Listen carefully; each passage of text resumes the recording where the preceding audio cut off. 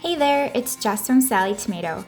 We thought it would be really fun to create a Valentine's Day or Galentine's Day tablescape tutorial for you. Our inspiration was from our Around the World series where we traveled to Australia.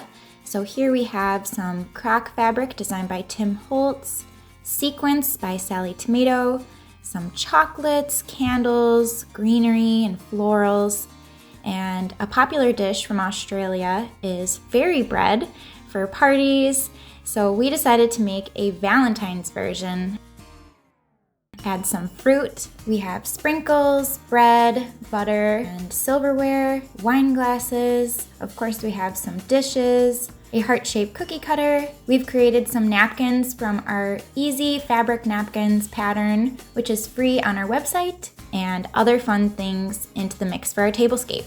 So let's get started setting up this dreamy tablescape.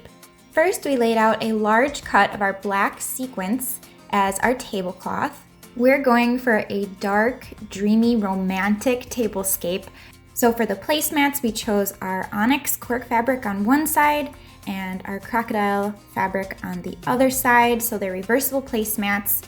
This pattern is available in my book, Create with Cork Fabric, if you want to make your own. Next, we added black plates to go with the whole dreamy look. We stitched up our Easy Fabric napkins in wildberry crocodile fabric to add a little bit of color to the tablescape.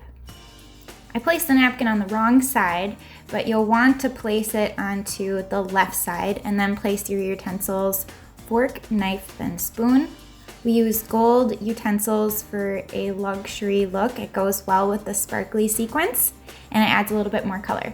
I love adding natural elements like greenery and floral to my tablescapes.